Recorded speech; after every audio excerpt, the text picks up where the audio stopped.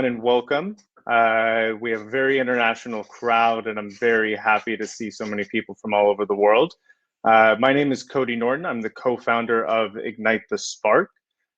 Before we get into Ignite the Spark and more into the event, let's talk a little bit about the Hopin platform. Hopin is a great platform. We use it for 3 other events. This is a great platform because it allows you to network.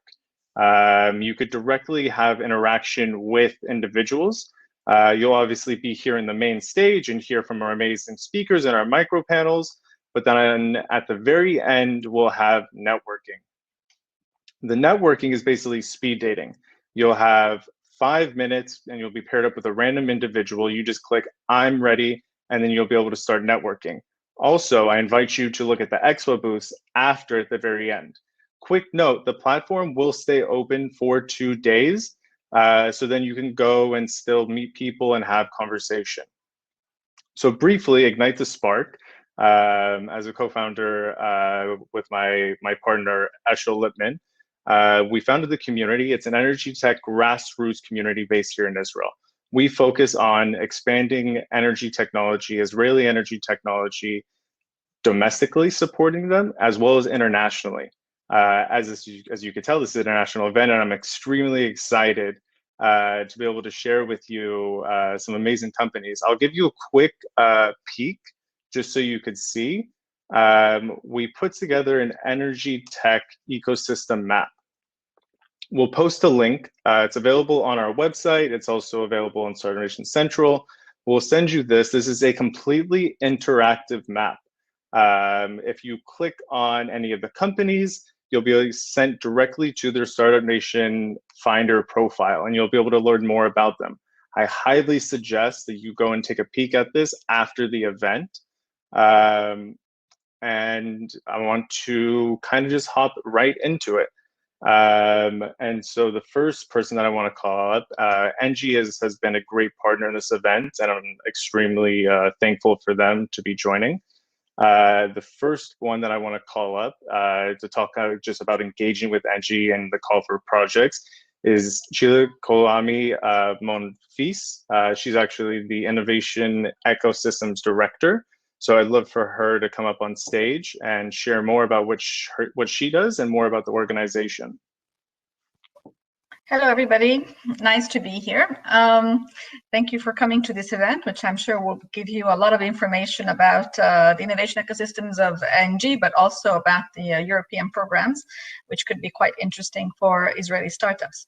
So let me share my screen as well. I hope you can all see that. And I'll jump right into it. So Engie is a large multinational energy company whose purpose is to accelerate the transition towards a carbon neutral economy through reduced energy consumption and more environmental friendly solutions. What does that mean? That means that we, as a large energy company and the largest independent power producer in the world, have since the last couple of years reduced to almost zero our coal-fired assets, and the ones that we still have will definitely be gone by 2025. But we do still generate 101 gigawatts of electricity, 3 gigawatts of that, which is new renewable assets that were added last year, despite COVID.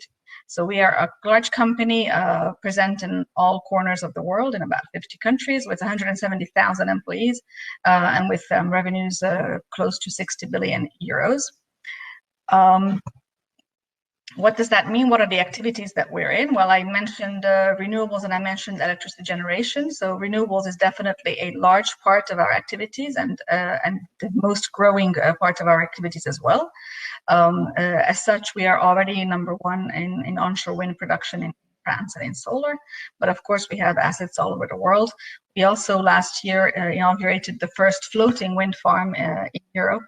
And are looking to do a lot more of that. We're also very big in networks, mostly gas networks, but also some electricity networks. So we have the #1 gas distribution network in Europe. We also have gas transmission in Brazil and many other networks around the world. And of course, we have client solutions, which means that we are helping our clients with their own energy transition. And we try to do this, of course, all over the world. Of course, this kind of activity and trying to be part of the energy transition requires a lot of innovation, a lot of research, and a lot of innovation. And so therefore, given that our activities and our scope is very vast and very decentralized, it means that we need to have a sort of a platform where we unite all of these ecosystems, where we give the information about our projects, where we the information about the startups that we have met or that we are working with. And so this platform, innovation.ng.com, I invite all of you to have a look and submit your solutions if you have some for us. There are over 30,000 NG employees who are connected to this platform and come there to get their innovation news and browse startups and talk about their own projects. We also have on this platform some calls for projects. We have organized more than 100 so far. These are calls for specific things that our business units, our research centers need. We also have a couple of call for projects currently, which are in cooperation with other organizations like the European Innovation Council, etc. And so what does this rich innovation ecosystem consist of at ENGIE? Well, a lot of different things. So of course we have research. We have 900 researchers across the globe organized in 23 thematic labs. Those are 23 topics that we're particularly interested in. And that ranges from hydrogen to nano sensors, artificial intelligence, and many other things. Again, you can find this information on our website. They have an annual budget of close to 200 million and working across many partnerships. So it is very much open innovation. So they have many partnerships with academic institutions, other research institutions, and other companies. We then, of course, also have incubation and acceleration of these some of these projects and other projects that we detect from startups. We have NG factories who are doing venture building and venture scaling in Paris, Singapore, in Santiago, and in the Netherlands. We also, some of our BUs also work with external incubators to do similar projects. And we're also part of collaborative innovation programs with other large groups. For example, Entrepreneurship for Good, which we are doing with Danone and with BNP Paribas, and some other initiatives with Orange, etc. And of course, last but not least, a lot of innovation requires investments and partnerships. We, of course, have partnerships with the large European innovation organizations, and you will hear more about that from Pedro, from Energy, but we're also part of EIT Digital, of the Climate Kick, etc.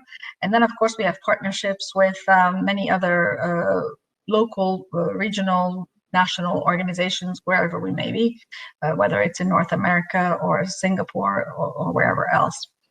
And of course, we invest in startups. The BUs can invest in startups and different entities can invest in startups, but we do have our corporate venture fund, NG New Ventures, as well, who does that on a global scale.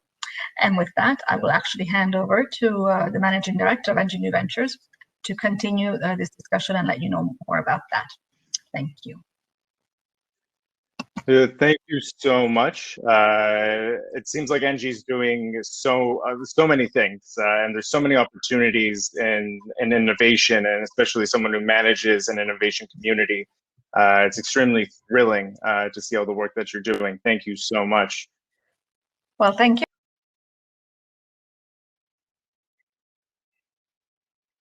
Is let's meet NG New Ventures. Mr. Johan Bohorst is the Managing Director of NG New Ventures. Johan, I'll let you take it from here. Can't hear anything. I don't know if you can hear me. Yes, we can hear you. Okay. So I can't hear you, Cody, but that's fine. I can see that you can hear me. So let me share my screen. Just a minute, please. So I hope you can see that. Can you or not? Good. So I'm Johan Bohorst. I'm the Managing Director of NG New Ventures, and NG New Ventures is a corporate venture capital fund of NG. So I'm not going to present NG again, but just to insist on one point, which is our purpose, which is of course, the storyline about where we invest, where the whole company act about, but where we also invest minority shares in startups. So our purpose at ENGIE is, and I'll quote it, is to act to accelerate the transition toward carbon neutral economy through reduced energy consumption and more environmentally friendly solution. So this is the storyline I'm going to discuss about. So what is ENGIE New Ventures? So first, it's the corporate venture capital fund of ENGIE. We have three main objectives. First is to create strategic options for the group. Second is to create a specific and facilitated access, early access to external innovation, recognizing that all innovation cannot happen internally, but is due to happen mainly with partnership, external partnership. And third, to direct financial value. We invest minority shares in startups, in general 10–15% that are Series A and B, sometimes earlier, sometimes later, but always with a very highly scalable business and disruptive business model or technology. And of course, the main investment criteria is to have alignment of interest between our businesses at ENGIE and what the startup wants to develop. This is important to understand that this is also a mutual relationship, because we not only want to take advantage of this collaboration, but also the startup to be scaled up thanks to that collaboration. And this is our value proposition. We provide a facilitated access to the markets. We have more than 20 million customers around the globe in 70 countries. So that's easier for the startup to get access to this market and to get use cases, real use cases on the market that are interesting for their customers. Also an access to expertise. Sheila was mentioning the numerous laboratories we have around the globe and the number of researchers that are active in that field. In addition, of course, to new business partnership, access to capital, and a positive image, because this kind of endorsement is, of course, a proof to the market that it's been tested, and a large corporate like ENGIE believes in it. So I'm not going to discuss a lot about governance, but just about our global exposure. We've been created 7 years ago almost. Now our presence is actually very large, mainly in Europe, but also we are part of our team is based in Silicon Valley, covering all NORAM activities, in LATAM as well, in Tel Aviv for Israel and the region, and in Asia Pacific in Singapore. The size of the fund is 180 million euros. The ticket size we invest in general is between 1 and 5 million euros at entry, and we can of course follow afterwards. And so far we've made 26 investments in startups worldwide, which comes from a few hundreds of startups counted every year at average. So, and all of that is about direct investment, of course, in startups. Our focus areas are pretty much aligned on the purpose I was mentioning earlier, and this is mainly, I'm not going to enter into details because we can spend hours on that, but this is mainly about decarbonized generation, so more environmental friendly generation. A few items maybe to quote about is heating and cooling solutions, which is an hot topic, but also anything about renewables that can improve our operations and therefore provide a competitive advantage. There's also a strong focus about green gases, lower carbon gases, and also renewable gases. That's about hydrogen, of course, but also about biogas and e-fuel. And there's a third pillar about flexibility of the system, which is energy management resources in general. That is quite important in order to be more efficient in the energy business, and also about low carbon efficient usages. So that's digitalization, but of the usage, but also optimization on site. Here you can find the team. As you see, we are a small team, but very very large, on a very large scope of experience and geographies. And here you can see our portfolio. I'm not going to detail that a lot, but you can see, of course, on this that home biogas is one of our portfolio startup companies in which we invested a few years ago, and we are quite keen on following right now. I'll stop here. Here you can find the contacts. The presentation will be broadcasted, I guess. And I now leave you the floor back, Cody. Jan, thank you so much. That was a lot of information. And share that and the work that NG New Ventures is doing, the investments that you're doing in the fund. It's amazing work, especially moving towards carbon neutral and everything that you're doing across the board. So I want to thank you in that. And then what I want to now discuss is what what this event is truly about. It's bridging innovation between Israel and Europe. It's always building partnerships. It's connecting, and especially in these times with COVID-19, it's even harder. Usually we'd be able to hop on a plane and go see everyone and go face to face. But unfortunately, we're living in some strange times right now, but the work continues. To discuss some of that work and the big Green Deal and open projects of EIT Energy in the EU, I want to introduce Mr. Pedro Reyes-Sarda. He's the Chief Business Officer of Energy. Thank you, Cody. So I'm going to try to share my screen.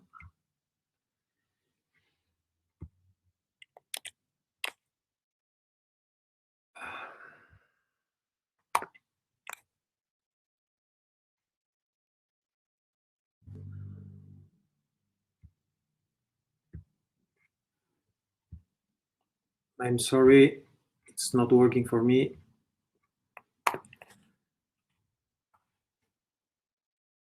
I'm going to restart PowerPoint.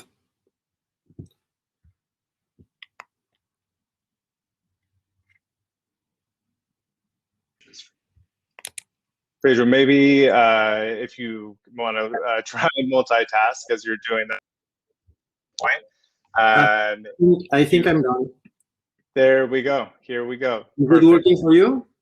It's working. If you just want to go full screen, it should be good. Yep, we're all good. Okay, thank you. I'll let you take the floor. Yeah, thank you. Okay, so hello everybody. So we like to say InnoEnergy is the innovation engine for energy in Europe. So very quickly, because I have a bunch of slides. InnoEnergy is a private company. We are partially funded by the European Commission. So we started our activities in 2010. We are focused on people, technologies, and businesses. We will talk more about that later. And yes, our main goal is try to bring innovation in the energy sector in Europe. So we have three main business lines. We have education, we have innovation projects, so large projects often related with research. And then we have business creation. So this is the accelerator business unit where we try to screen for innovative solutions, and then we invest, and then we try to be early stage investors, and then and then what we try to do is we try to have those three activities working together. So for example, in some of our ventures, some of the students of our master programs requested our business creation services. So they build their startup. We invested in the startup, and then sometimes those startups collaborate on bigger innovation projects.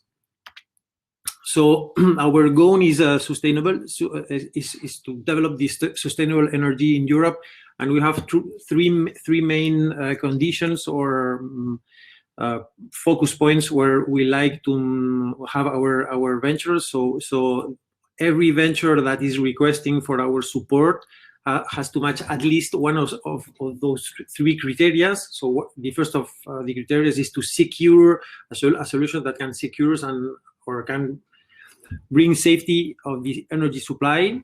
The other one is increasing the energy efficiency, and the third one is to reduce the CO2 emissions. So all these solutions that are applying for our instruments, they have to match at least one of these criteria.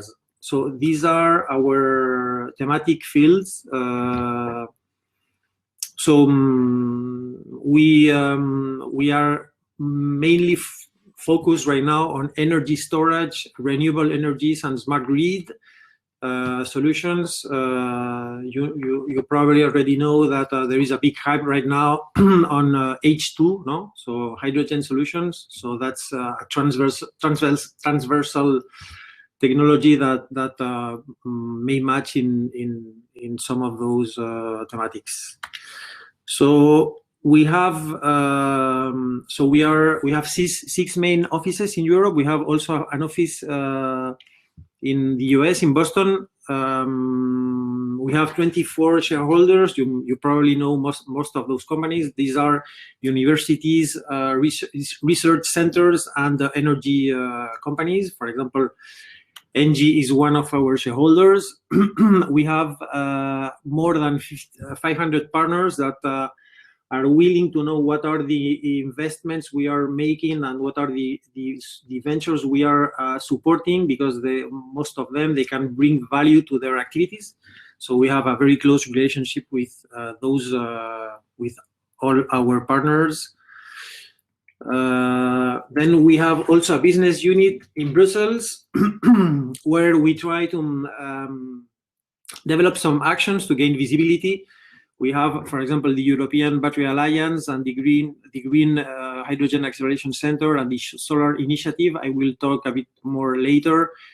We are developing those initiatives on those three value chains, and this is bringing us a lot of visibility in Europe. We are also very close to the financial instruments that can co-invest in our ventures, like the Innovation Fund, also institutions like the European Investment Bank, the AC Accelerator, Just Transition Fund, and so on. So this is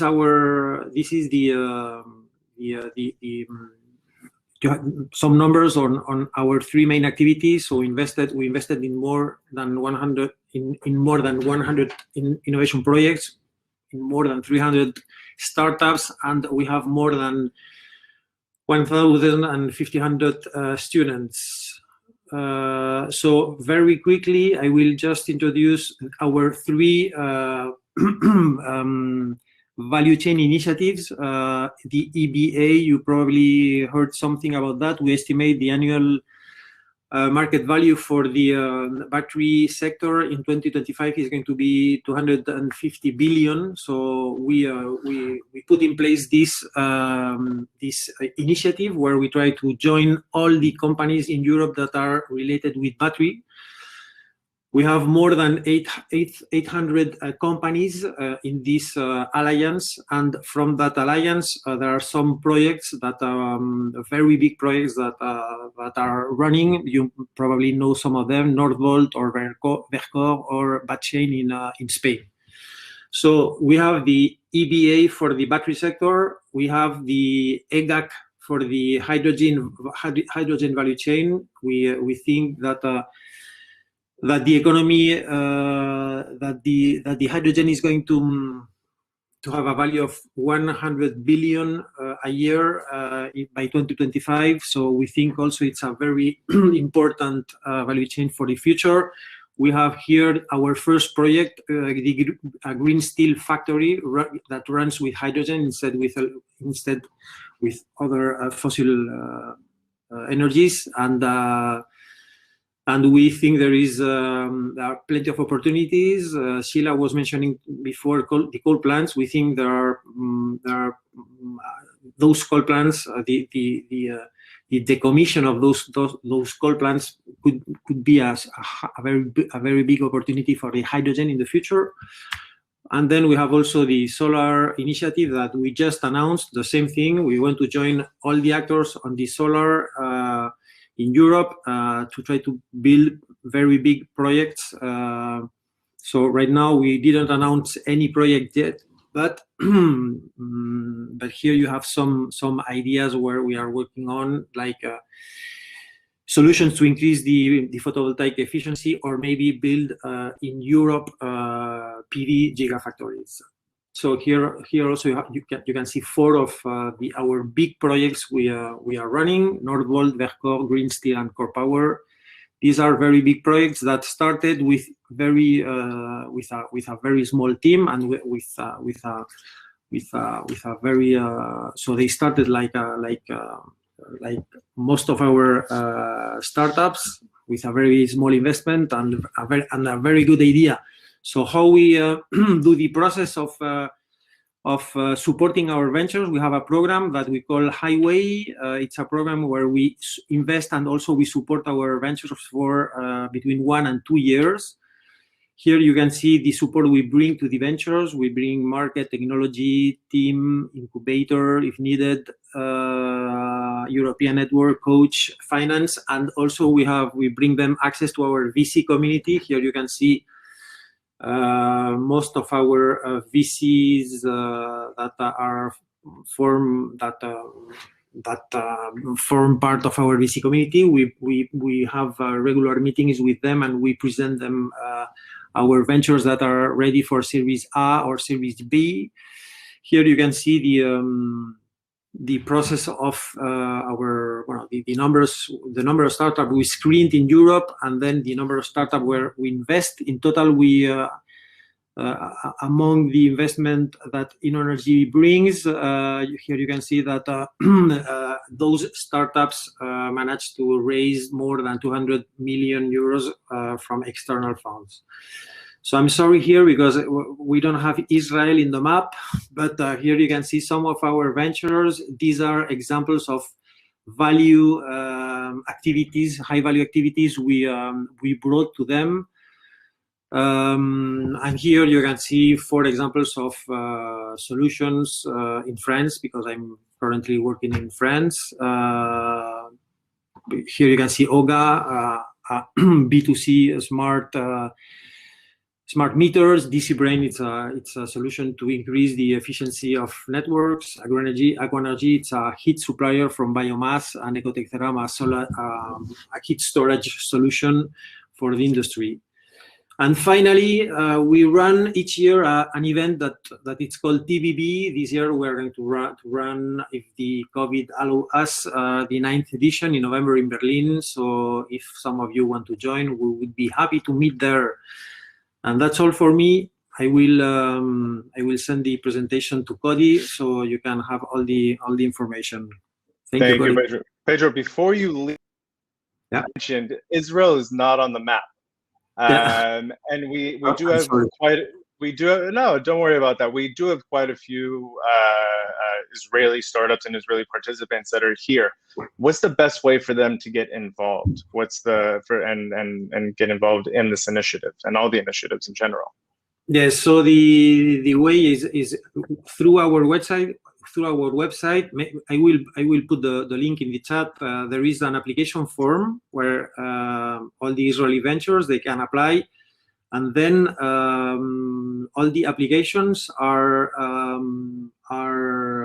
managed by the local offices. So some of the applications are going to fall in Spain or in France or in Benelux.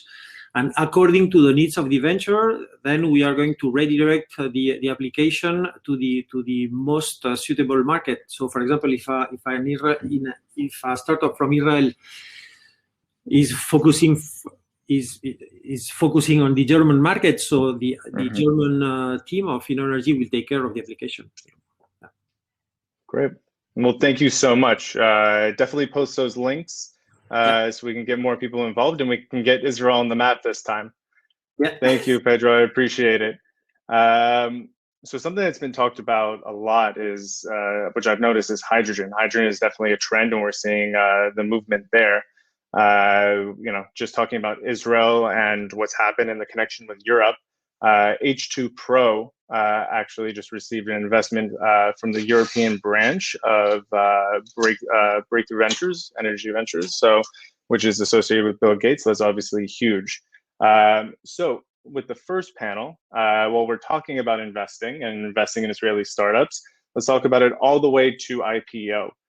So I'm going to bring up Arnaud Dijukazin. I apologize if I butchered your last name.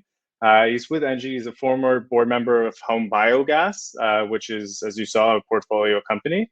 And he was appointed by Engie New Ventures. So I'd love to bring him up. And then as well, Osher Gafrati, the CEO of Home Biogas. So we could start our first micro panel.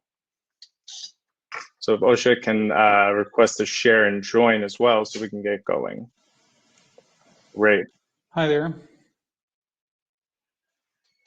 I know. I apologize if I butchered your last name. You're not the an first American. one. Don't worry about it. Great, great. Oshek, it seems that you're muted right now. Perfect. Great, gentlemen. So, we have about 12 minutes. So if you could both briefly introduce yourselves and kind of give us a little bit background on the relationship, that'd be great. Maybe about a minute and just give us a little info. Cool. Oshie, great to see you in this panel again. Maybe I'll start just so that we finish the Engie part quickly and we can listen to Mr. CEO Oshik. So indeed, I'm an investment director in Engie New Ventures, focusing on making investments in energy-related sectors, everything in Europe, including Israel. And my focus was looking in Israel together with Ann Bayer of iCare Innovation, the person that represents Engie in Israel.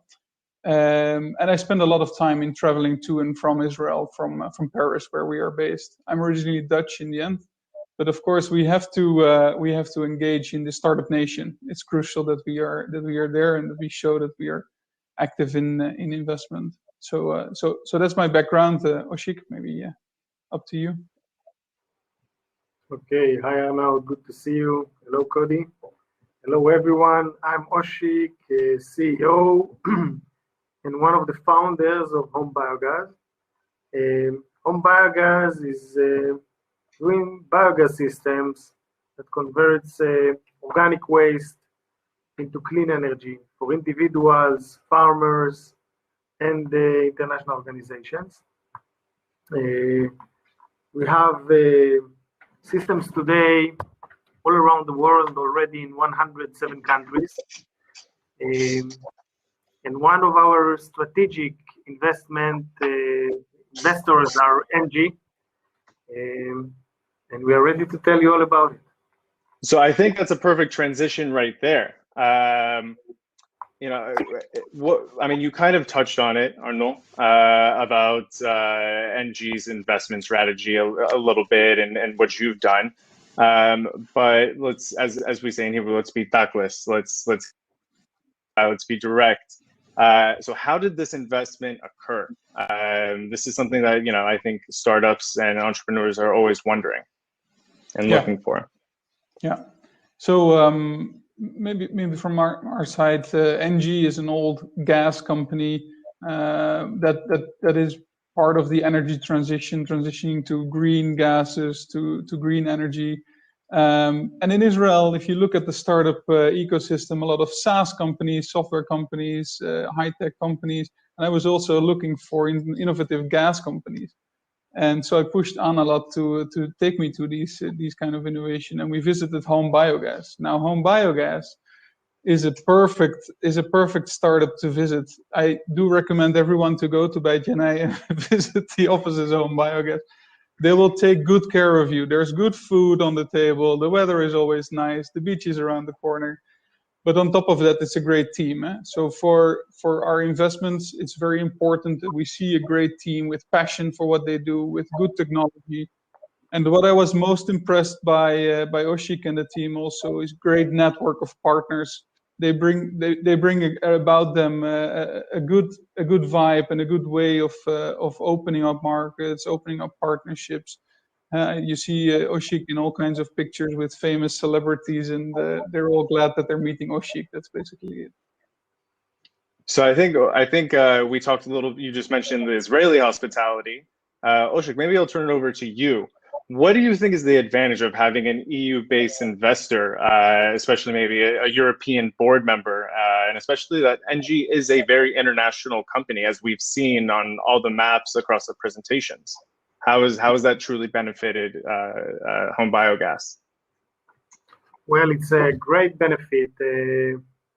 First, it creates credibility. For a small startup, you know, if you have, for a small startup, if you have a partner, a shareholder like NG, it's creating credibility, and it's bring you, you know, it take you a few levels up, and it's opened the doors to other strategic investor. It's opened the door for international organization. For it's, in one word, it's credibility, and it's everything. In business, it's a lot, and it's not easy, you know, to bring a company like NG. This credibility doesn't come, you know, easily. To create a partnership with such a big organization. Not every startup is able to go through all the process, and once you go through this process, the value of it is almost in everything you do. If you go to investment round, if you go to present it to potential distributor, if you want to go to do a project with the international organization, with the UN, with USA, and if you want to go to an IPO to bring on institutional investor. So it's a valuable partnership.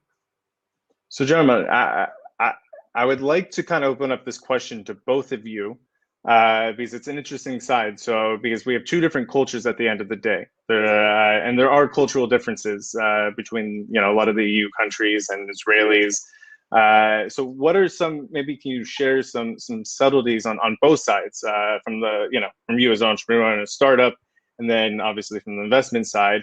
How do you approach European investors? What's the method? How do you do it subtly? How do you actually get these connections? Especially maybe if you could touch on a little bit in these COVID-19 circumstances.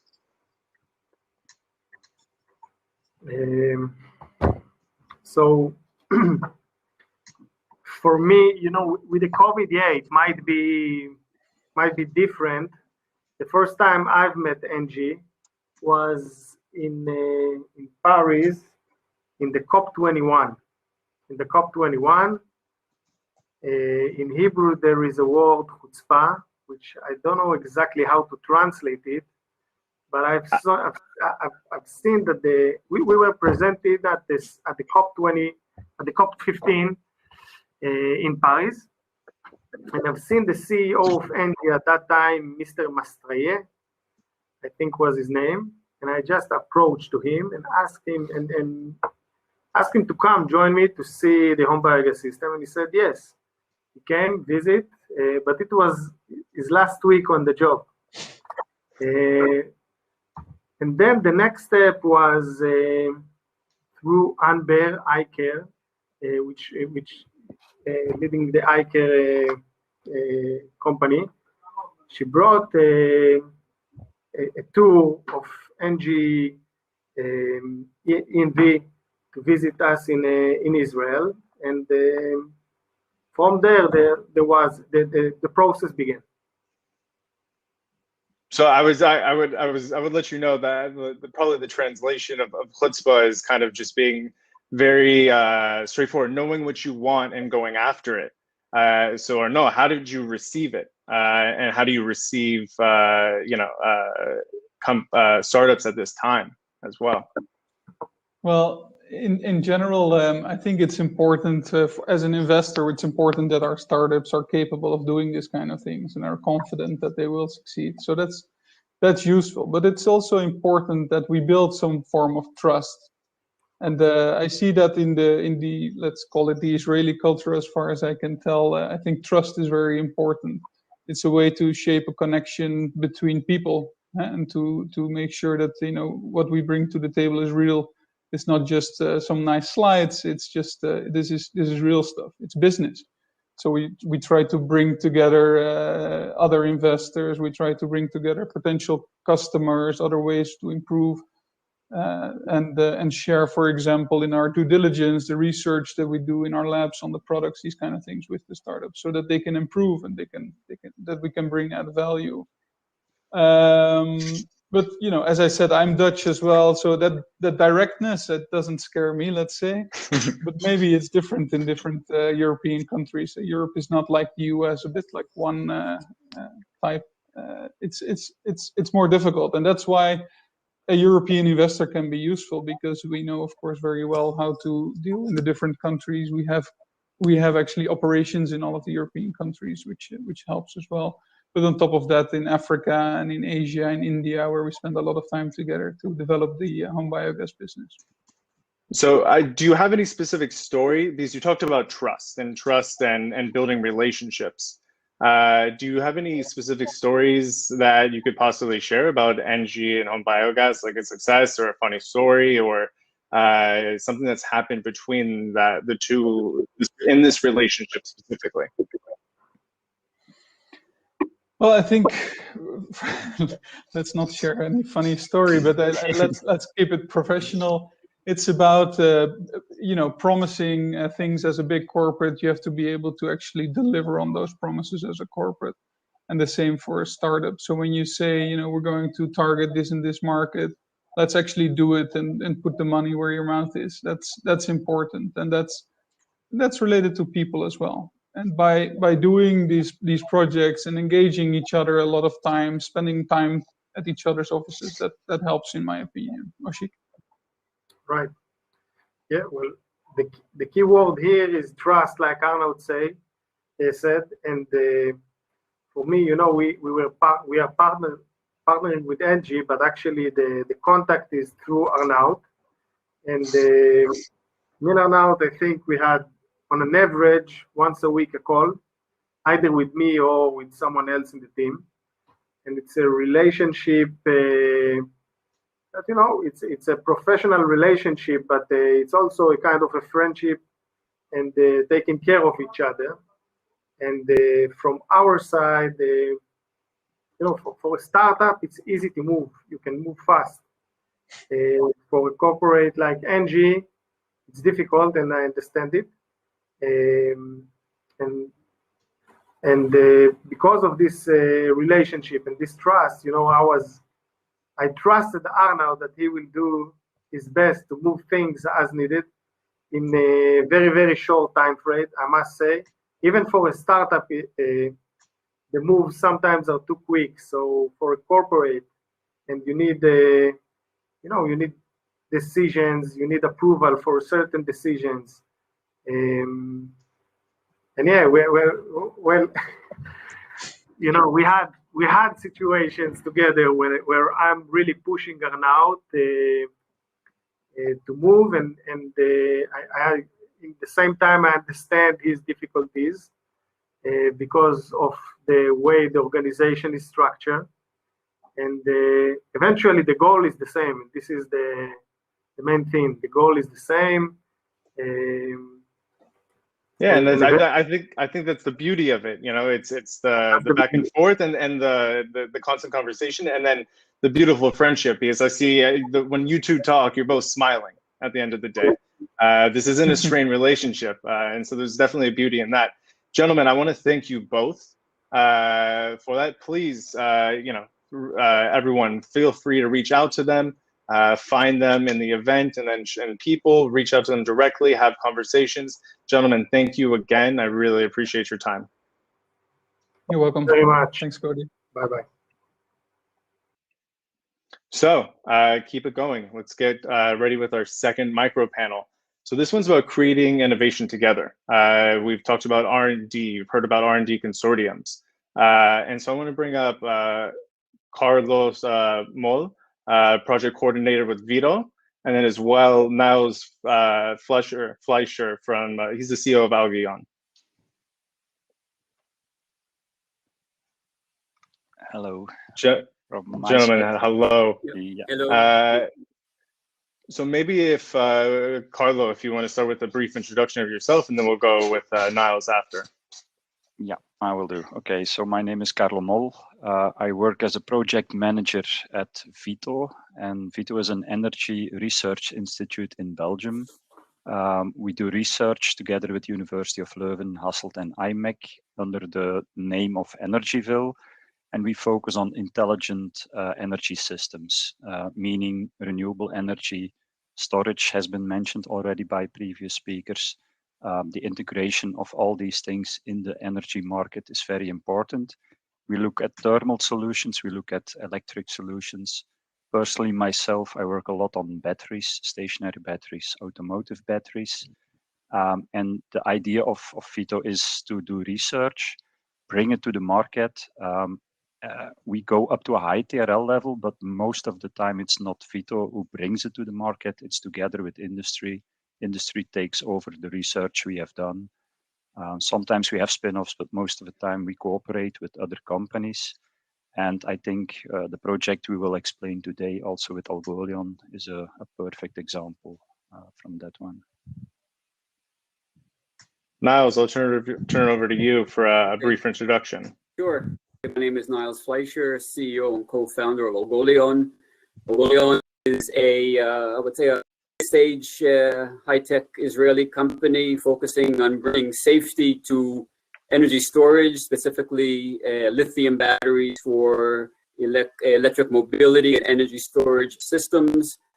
Our solution prevents these batteries from catching fire, which is very critical, and the technology extends the advanced warning period from seconds that you have today out to actually days. And the way I found, or the way we started this project with Carlo and VITO, is that in one of my previous startups, I've had several under my belt already. In one of my previous startups, we had a project with VITO, Carlo's organization. And when a new call came out for Horizon 2020, I contacted them, and that formed a sort of a nucleus within which the consortium was eventually created. And then we had a very successful proposal, and we've been working together really closely for 4.5 years. I would call it even a family at this point. And I'm quite sad, actually, that it's coming to an end. So maybe if we could backtrack a little bit and kind of share how this consortium was formed, and how do you figure out, like, what is the outcome? And then was it accomplished? It seems like it is, because it seems like it's coming to an end, and it seems like the family's breaking up, which is unfortunate. And then what are the next steps once you've accomplished your desired outcome? Yeah, maybe, yeah, as Niall said, the project started in 2016. That's already an age ago. But setting up a successful project proposal, you really need to start well ahead of time before submitting a good proposal. That means that first contacts have been made already 1-2 years before. As Niall said, there were contacts.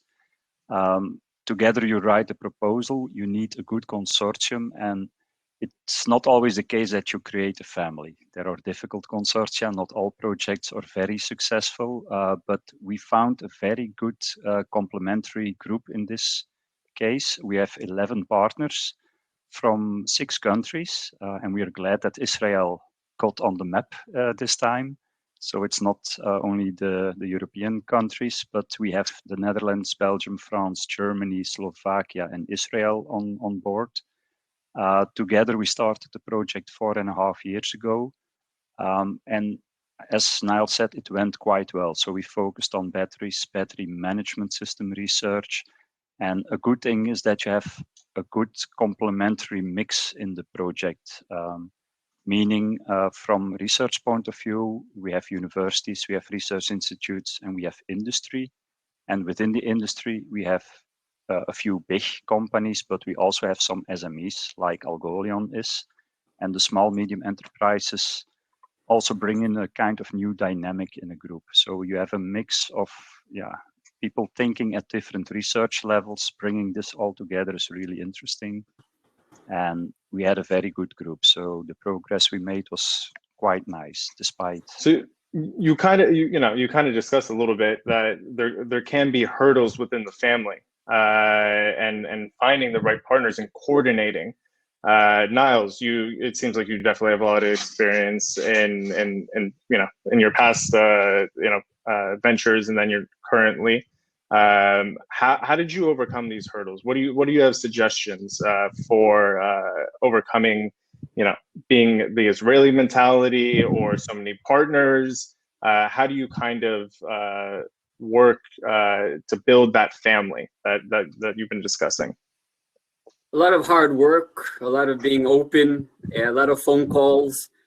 I don't mean to disappoint anyone, but I don't really see a big difference in mentality between us and our European partners. We all work very hard. I see Carlo. Sometimes we exchange emails almost around midnight, also on the weekends. So it's just building.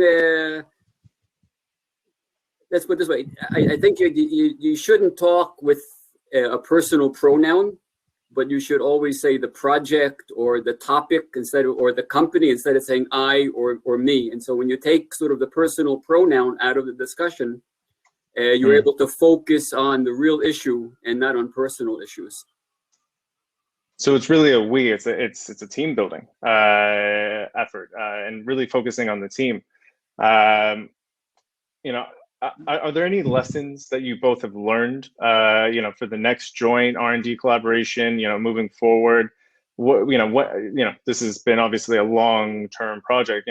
Moving forward, for individuals that are here participating, do you have any advice to them, and what they're going to be doing, and this long-term family at the end of the day? Yeah. Some lessons learned. I see two different things. Once a project is running, it all depends on the people who are involved and the commitment they have and the openness that they have to collaborate. What you want to avoid is to have partners on board who are a bit isolated, just do their own research, not interfere with the others. And some partners get into it only for the money. And that's a very bad reason to join a European research proposal. It's about doing research together. It's not always with all partners that you do the research together, but at least with a few of the partners you interact very closely. So for a running project, it depends on the people and the commitment and creating a good atmosphere. But the difficult thing in setting up new proposals, it all starts with having a good network. If it's really the first time you want to get into such a proposal, you definitely have to fly a few times to Brussels when there are meetings or when they explain the calls that are upcoming. You have to go there, you have to meet people, you have to create a network, create some confidence that you are a valuable partner, and get into a proposal. And once you have had a few good projects and you have proven credibility on that and trust, then it gets easier and easier to get into next proposals because you have a good network and you know whom to contact.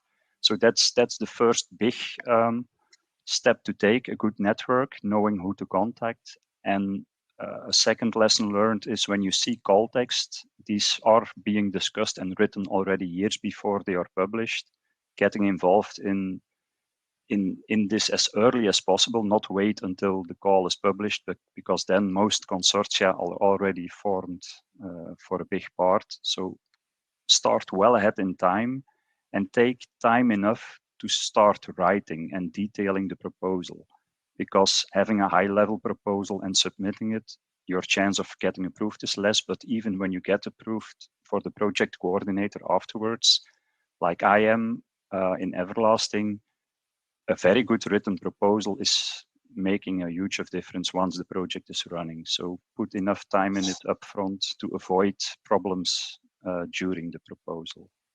No procrastination at all. That's definitely not allowed here.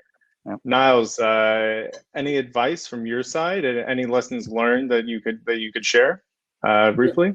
Yeah, briefly. I think it's very important to, from the very beginning, define what problem you want to tackle, and then distill it into a work plan. Because once you begin the project, the proposal, we really use it as a roadmap, and it makes life a whole lot easier when you know where you're going. So there shouldn't be a disconnect between the proposal and what you actually expect to do in the project. It has to be one unified plan. And I think also a very important, because I've been in several projects, very important to have a great coordinator. And Carlo is a great coordinator because he really steers the ship and keeps everyone online. And when problems begin to appear on the horizon, what I can say is that it's much easier to deal with the problem when it's still small rather than procrastinate and wait when it's big. So bring it up as early as possible, and when you involve other people, that it doesn't only become yours. You don't have to feel all the weights on your shoulders. When you involve other people early on, it becomes a joint issue, and everyone can contribute to solving it. Look, I think it's great advice. Just get ahead of it. And then also the follow through at the end of the day. And then I appreciated that you two talk more than I talk to my own mother and my own family. I think it's a beautiful relationship at the end of the day. Gentlemen, thank you very much. I appreciate your time. And definitely, again, everyone in the audience, please reach out to them, have conversation, get advice from them. These are definitely key members that have a lot of knowledge. Thank you, gentlemen. You're welcome. Bye. So let's go to our final panel, our third micro panel, and it's innovation at the European edge. The story of building, a POC for an EU-based client. We've had them before in our events, and we definitely love their technology. So I'd like to bring up Nir Zohar, VP of Business Development and co-founder of Chakratech, and also Klaus Katschinka, e-mobility business developer with Wind Energy. Hello. Can you hear me? Yep, we can hear you fine, gentlemen. Nir, great to see you again. Since I know you very well, Nir, maybe we'll turn it over to Klaus to go first and kind of introduce himself. Do you hear me? Yep, we can hear you fine. Perfect. Yeah, hello. Thanks for the invitation. My name is Klaus Katschinka. I'm working for Wien Energie. It's a municipal utility company in Austria, actually the biggest in Austria. But as Austria is not such a big country, it's in a European context, it's still a pretty small utility. We are building up e-mobility department since I think 8 years now. And yeah, that's basically my introduction, and everything else we'll discuss later. Nir, I'd love to turn it over to you. Okay, my name is Nir. I'm one of the 3 co-founders of Chakratech. We founded Chakratech with a vision to provide an energy storage technology different than regular chemical storage. We succeeded doing this. It took us 5 years, and about 3.5 years ago, luckily we met Wien Energie, which were and still are our first believer. And here we are. So here you are. So the inception of this partnership, how did it happen? And then how are you planning to grow? Maybe if you could share just a brief story on that. Maybe I'm going to start. What we did in, I think it was 2017, so already a long time ago as well. Wien Energie started to do innovation challenges, because also in our utility there was the mindset that we need a fresh blood, the speed of the startups and the innovation capability. So we started with our first innovation challenge. And it turned out that Chakratech won the first innovation pitch. So we started off with an POC project, and yeah, I think it was 2017, and it only ended end of last year, and it was a really nice journey. Nir, maybe you could share a little bit from your side. How do you convert a lead as big as an electrical utility? How do you, that's a question. A lot of people look for investment. How do you convert a lead that's an electrical utility? It seems like a difficult task for some.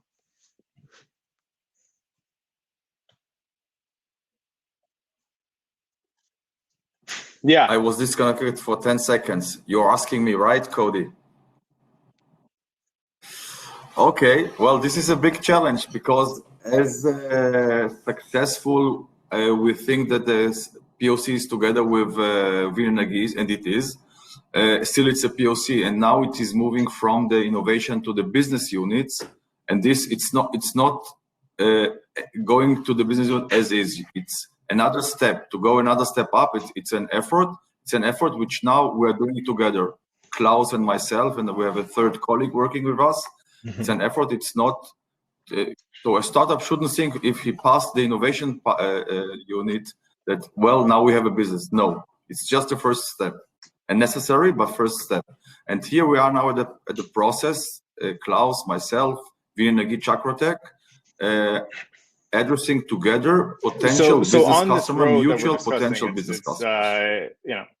Everyone's kind of talked about trust, family, the relationship, communication.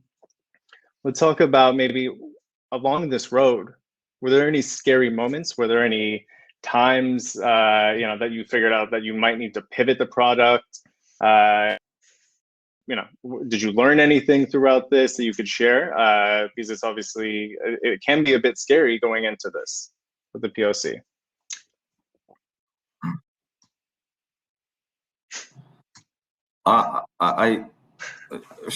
From my side, I promised at the beginning to Klaus and Vinenergy that there will be problems, and there were problems. But I promised that we won't rest until we solve them. And coming to this day, from our side, it wasn't a smooth path, but we are here. We passed the problems.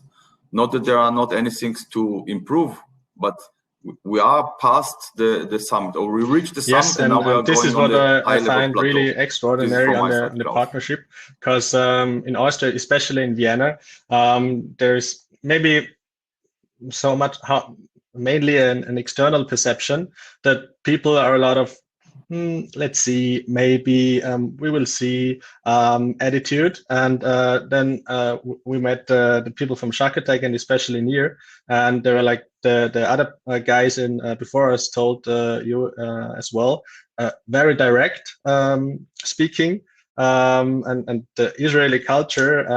I have to contradict the guys in the former session. I think there is definitely a cultural difference here, because as I am seeing it, they have a higher work ethics than we have. Because if there were, I mean, like Nir said, of course there were problems along the way, but Nir always said like, okay, we will deal with that. Next time I saw him, the problem was gone. So that was a really fascinating thing to experience, and that's not a thing you really notice when you're working in a big utility company, because always every process is taking a lot of time, and that's a thing. That's the really neat thing to be working with a small startup, especially apparently from Israel. No, I appreciate that your honesty in that, and how this relationship had to be managed with the different cultures. Gentlemen, I want to thank you both for your time. But right before we wrap up, what's your each of you, what's your one piece of advice for the participants here that are looking to do a POC, that are looking for the next step? What is that, maybe in one or two sentences, what is your kind of push that you can really explain to them, this is how it should be done?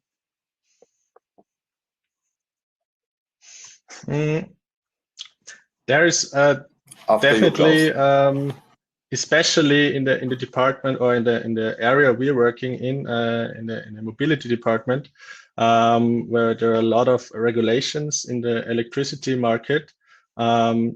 If there is a startup in Israel that wants to work in Central Europe, there definitely has to be a good knowledge of the local regulation and the local how it's going. And that was definitely one big advantage with Nir, because he went to school in Vienna.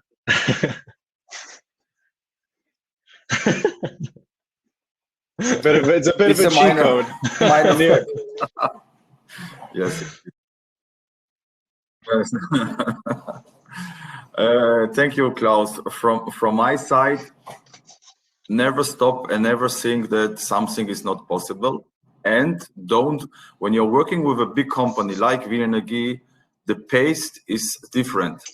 Don't feel comfortable when you send a mail to Klaus, for example, and think something will happen. It will happen. But if you want to happen on time, don't stop.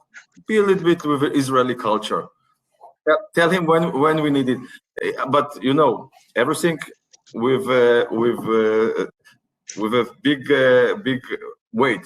Don't push too much, but don't wait, and don't think that if you send a mail, it will happen. No, work together, work as partners together, and this is totally fun. Great, gentlemen. I think just overall, from all the micro panelists, I love the fact, the communication and truly bridging innovation between the EU and Israel. Gentlemen, I want to thank you both for taking your time, and I hope you have a great rest of your day. Thank you very much. Thank you too. Bye. Thank you. Charles, thank you very much. Bye. So I truly believe that we've already bridged the EU and Israel based on what we've heard from the micro panelists on these relationships, on these three different ways, on R&D, on POC, on investment and going everywhere. There was a name, if you noticed, that was constantly brought up. It was kind of snuck in.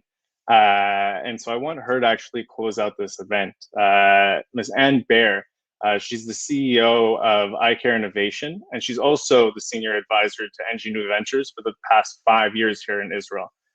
She's been, deep in Israeli tech for years, especially energy, and she knows so much.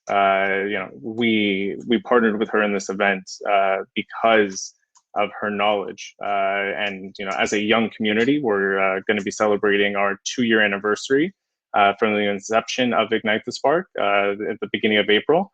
And so we've actually, through this whole time, Anne has been a great advisor, and she's been there.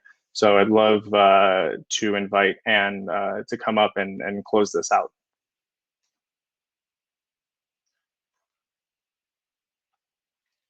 So it seems like we have a little bit of a technical issue on Anne's side. So what we'll do is just really quickly, I'll tell you about the networking that's going to be happening after.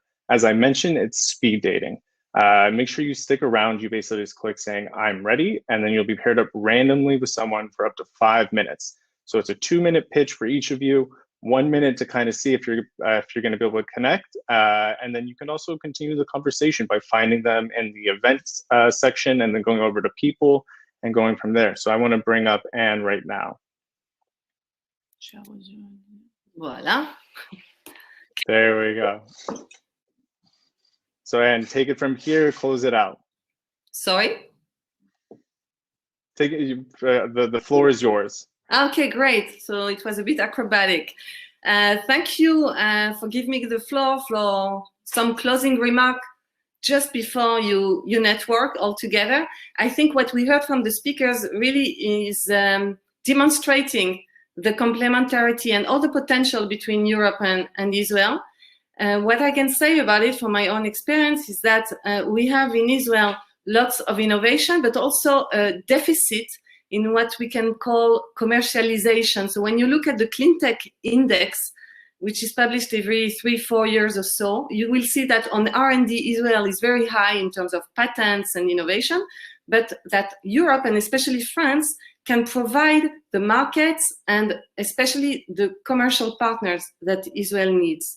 And for Israel, Europe is really a nearshore, privileged partner. We live exactly in the same time zones, and we have very compatible cultures, as you saw. In Israel, you will find dreamers, and in Europe, maybe you will find, as Arnaud said, in old Europe, you will find old groups, but definitely very structured to host innovation, to invest in long-term challenges such as hydrogen or electric mobility, which requires so much cash and are so intensive. I want to emphasize something. You will hear about it also tomorrow if you connect at 2 to the invitation of ICERD. I think you can see it on the chat. Last December, Europe finally adopted the most ambitious stimulus package ever. It's composed both on from the long-term budget, the regular budget of EU, but also of what we call next generation. So it's like a Plan Marshall. It's really rebuilding Europe post-COVID war, I can say, and helping states, regions, companies, and individuals to rebuild Europe in terms of resilience, in terms of social and political resilience, but also in terms of digitalization. And green is the objective of all, I think it's completely transverse, of all the criteria in order to get to these public funding, these pockets.